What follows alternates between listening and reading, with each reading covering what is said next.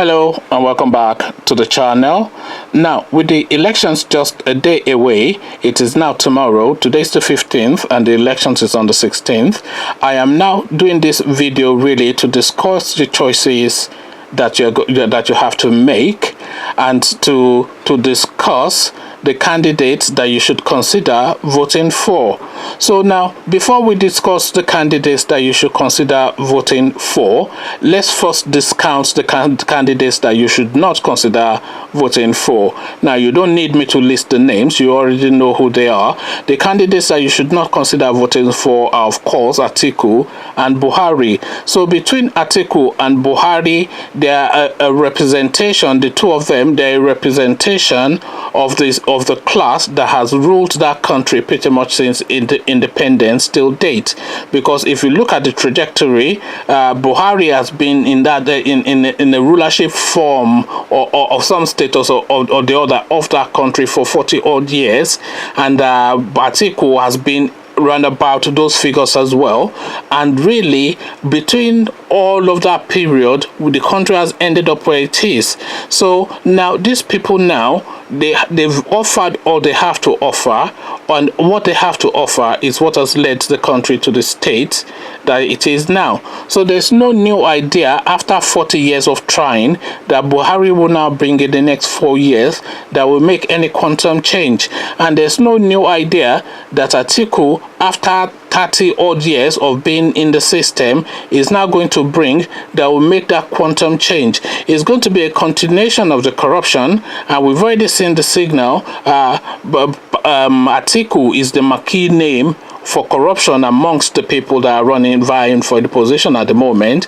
And we've already seen Buhari's stance on corruption, the way he defended the Kano governor, the way he's defending Babache and all whatnot, and all the controversy around his wife and the ADC and the relentless looting, Tinubu, etc. So Amechi, so that tells you what his stance is. So we can't now think that there's going to be any change in the next 4 years when there hasn't been any indication of any change in the last 40 years. So you can discount those two, Atiku and Buhari. So if you discount Atiku and Buhari, then where should your vote go to? Your vote obviously should go to the newer generation candidates, because we need to make that quantum leap, that generational shift, that seismic move from the old guard to the new order. So we need to move from the old guard to the new order, and the new order, of course, are represented by the names that you're all already familiar with.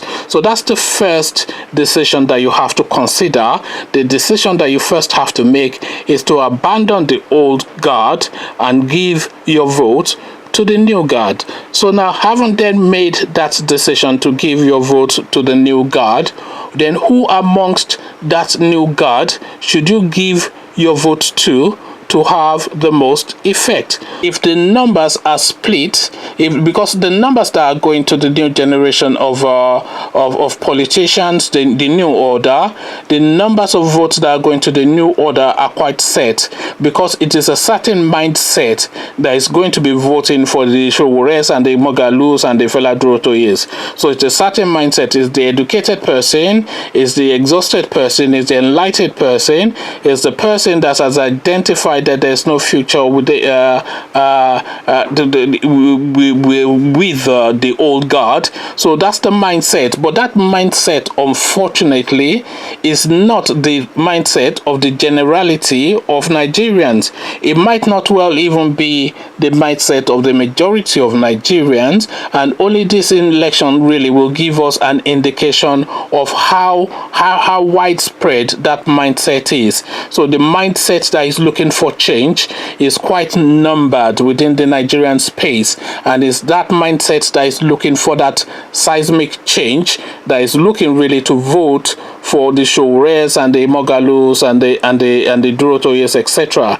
So now, if that mindset is a set number and there are that many of these new generation candidates to split that vote, that really still plays into the hands of the old order. So really, to have the most effect, those set numbers of votes that are looking to vote for the new order have to coalesce behind one identified candidate that has the most chance of disrupting the old order. This is really how it's going to work, because if they split their votes, then all their individual votes actually amount to nothing, because it would not then be sufficient to impact on the old order. So now the most effective thing to do is to coalesce the votes behind one candidate that has been identified as having the most prospect of really shaking the old order, or really completely wresting power from the old order, which is exactly what we want. So now, who is that person then amongst the new generation of politicians that have the best chance of wrestling that power from the old order? So now, we've all heard a lot from them. We've probably all heard enough from them. I think everybody has heard pretty much most of the things that Fela Durotoye has to say. I think everybody has pretty much heard most of the things that Kingsley Moghalu has to say, and I think everybody has heard pretty much most of the things that Sowore has to say. So now they've said all they have to say, we've heard all we have to hear, and we've seen how they have presented themselves. So now, what does it now boil down to?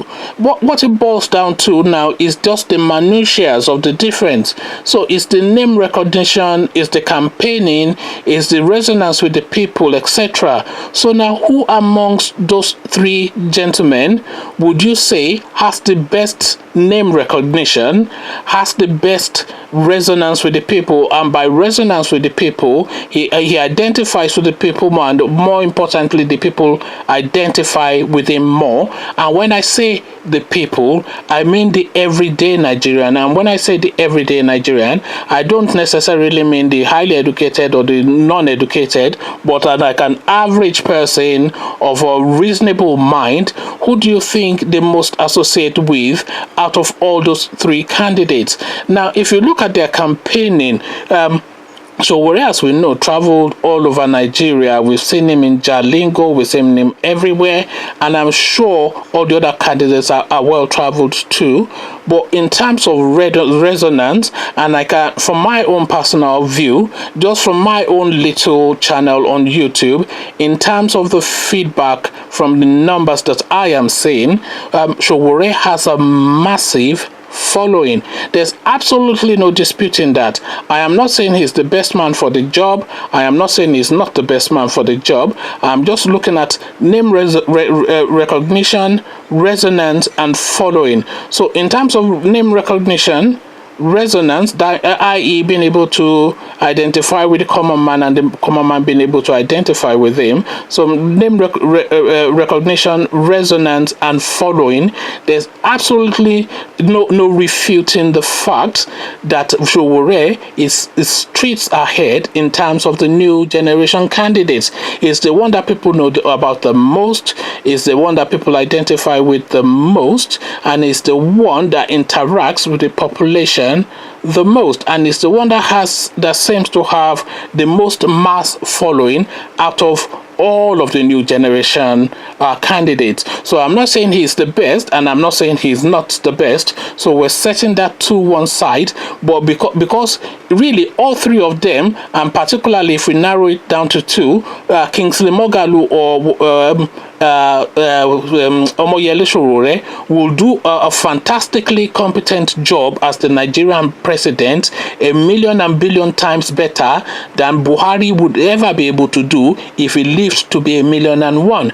They're just streets ahead in terms of capacity, in terms of outlook, in terms of intelligence, in terms of an understanding of the environment and the direction of travel of the country. So in terms of what is needed for the now, any of these candidates will do a better job. But now, who has the best chance of disrupting the old order? So this is really where I am now asking you to have that consideration as you go cast your vote tomorrow, because it would appear to me that out of the newer generations, the new generations of candidates vying for this post, Omoyele Sowore stands up high and above, and it towers above pretty much all of the newer candidates. I'm sorry, whatever your sympathies are, and my sympathies might not even be 100% with Omoyele Sowore either, but there's no disputing the fact that in terms of name recognition, in terms of campaigning, because he campaigned hard, that guy, and he campaigned relentlessly, and that is why his name has that recognition, and that is why he resonates with the people, because he speaks the language of the people. He speaks truth to power. He has bravery. He has doggedness. He has energy. You can see the energy from the way that he has campaigned. You know, it's a real workout. It's like a real gym session. It's like going to the gym and doing like a 24 hours straight. That was the sort of campaigning that this guy did. So he has that vibrancy about him, and that vibrancy and energy and doggedness and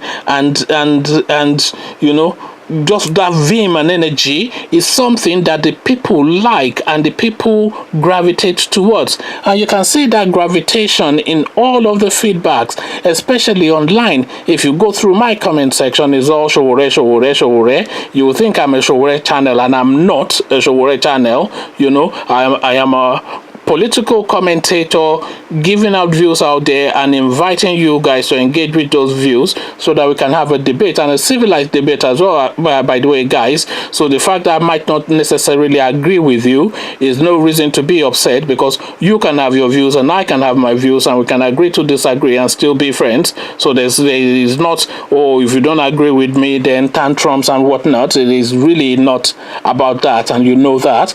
But really, this video now is a call to really to consider giving that vote, to consider coalescing behind Sowore, because Sowore is the one that has the best chance amongst all of the newer candidates to impact on the old order. And the one thing we want above all else is, the first thing we want is to wrest power from these criminals, but above all else we want to impact them. If we can't land a death blow, we must at least land a knockout blow. We must hit them hard enough for them to know that the Nigerian state is ready for that change, and we are saying enough is enough, and that impact can only be felt in the numbers of the votes, and those numbers of the votes really has to be reflected in strategic voting. So strategic voting is saying, yes, this is my man, but this is the best man that has the best chance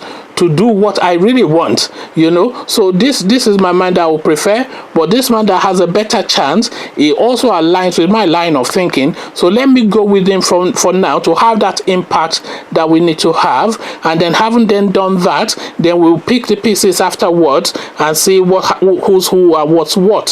So this is really the call that I am making now. So that have that consideration, and the consideration I'm asking you to have is to coalesce all your votes behind Omoyele Sowore, so that we can give these guys a slap in the face and a punch in the mouth, and probably a knockout blow, because they really need a beating, and this is our best chance now to beat them. So now, if you want to administer a beating to the old guard in the Nigerian space, then the vote to Omoyele Sowore would seem to me the best course of action. So I'll leave it here because I'm talking too much now, and I don't want it to drag on, because I know a lot of people follow me from Nigeria, all the data and all that. So I'll just say that I'll just round it off by asking you to subscribe, because the subscription keeps this channel going, and then the YouTube algorithm needs that to let them know that we're doing something that people want, so that we can then expand and have more people come into our conversation. So I'll leave it here, meet you in the comment section, and I'll say peace.